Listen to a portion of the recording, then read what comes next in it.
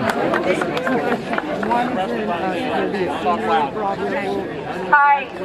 I live in Butler, Tarkington. My taxes went up 285% since last year, and it's going to be tough, definitely. But I just want to say to everybody, you know, if we think we can sell our houses to get out of the neighborhood, our property values just went down. I mean, if everybody sells their house at once, it's going to be like a fire sale. So we've got to do something to change this, because otherwise, you know, we won't be able to get out, or we'll get out at such a loss that we'll be sorry we ever moved here.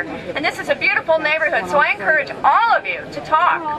Tell everybody, tell your legislators, tell your school board members for that matter. Tell everyone.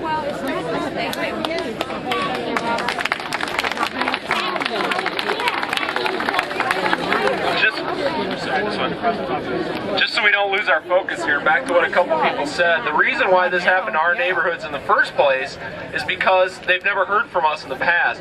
We gotta email, you gotta call, you gotta get on radio shows, you gotta get on TV, you gotta do everything you can, because, you know, this time and in the future they have to know that people that live in Washington Township and Center Township have just as much voting rights and just as many voices as the people who live on the far north side. And unfortunately, and our mayor pointed to it very eloquently last week, what it's going to do is it's going to cause finger pointing. And what has happened? Absolutely, because there's total inequity amongst, you know, these so-called gentrified older neighborhoods that we all have to keep up. You got to get out there, continue to email and call. Yes, the assessor's office is important for your own personal to go and get it, you know, reassessed, but you got to get on the politicians. Tomorrow, Monday, next week, 2 weeks from now, send them emails, send them calls. It's squeaky wheel gets the oil. Tax bill. It will be sent to the auditor's office next week, and you'll... For us, we don't work for them.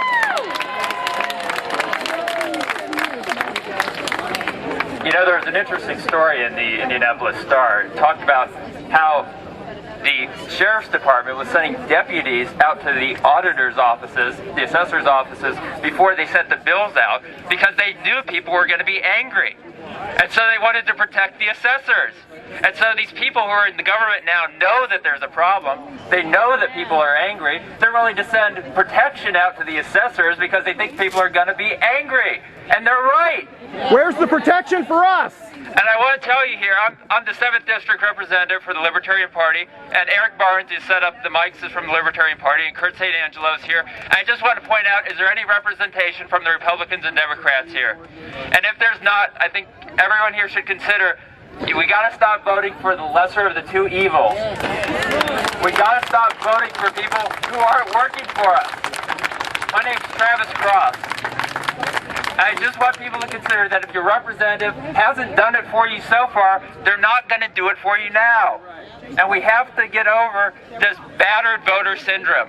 This syndrome that we just keep voting for the same people, the same parties, the same representatives over and over again, and hoping that they're going to do something different. But nothing changes. And so we got to do something different. We got to speak up. We've got to get angry. You took the first step today. You're passionate. But we got to keep moving forward. We need people to run for office. We need people to go to the city-county building. We need people to call the representatives. That's the next step. Stay on board.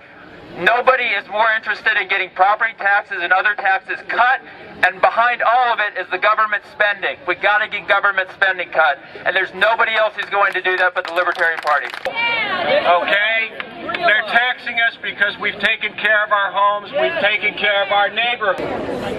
Hi, if you all heard the gentleman who spoke of a $22,000 tax bill, that's not unusual. Think about it, the first $250 to $300 a week that you make after taxes are going to go for these taxes. Now, there are a lot of people out there with gray hair and bald heads. Your Social Security check's covering that?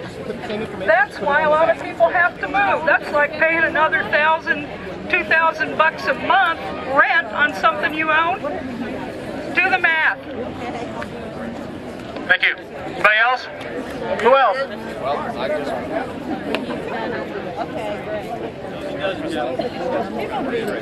One thing I don't think people understand, and if you've got a retirement account, I think it'll hit home for you, is that they are taxing you on an unrealized capital gain. Even the feds don't do that.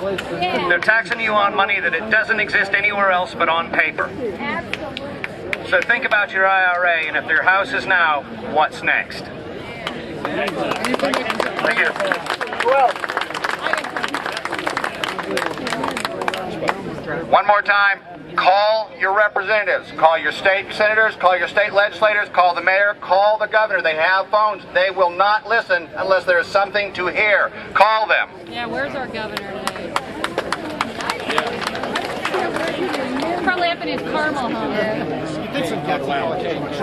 Hi everybody. I don't know if anyone said this, but on the fair tax, I just want you to, I want you to realize on the fair tax, it is not a savings plan.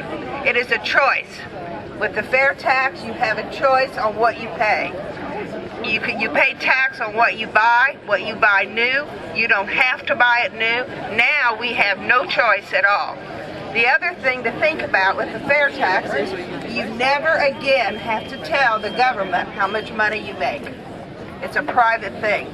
You're not taxed and you're not penalized for what you make. You pay tax only on what you spend. Thanks. I don't know if anyone in there is listening. Who else? We need to. I think that we should all put a sign in our front yard that says how much we're paying in taxes.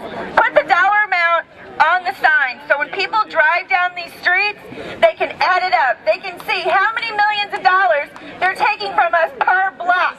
They're probably getting $2 million per block in this area. And we need to share that information with each other so we can also compare it and make sure that what they're billing you is right. We need everyone to see what they're taking us for. Good point.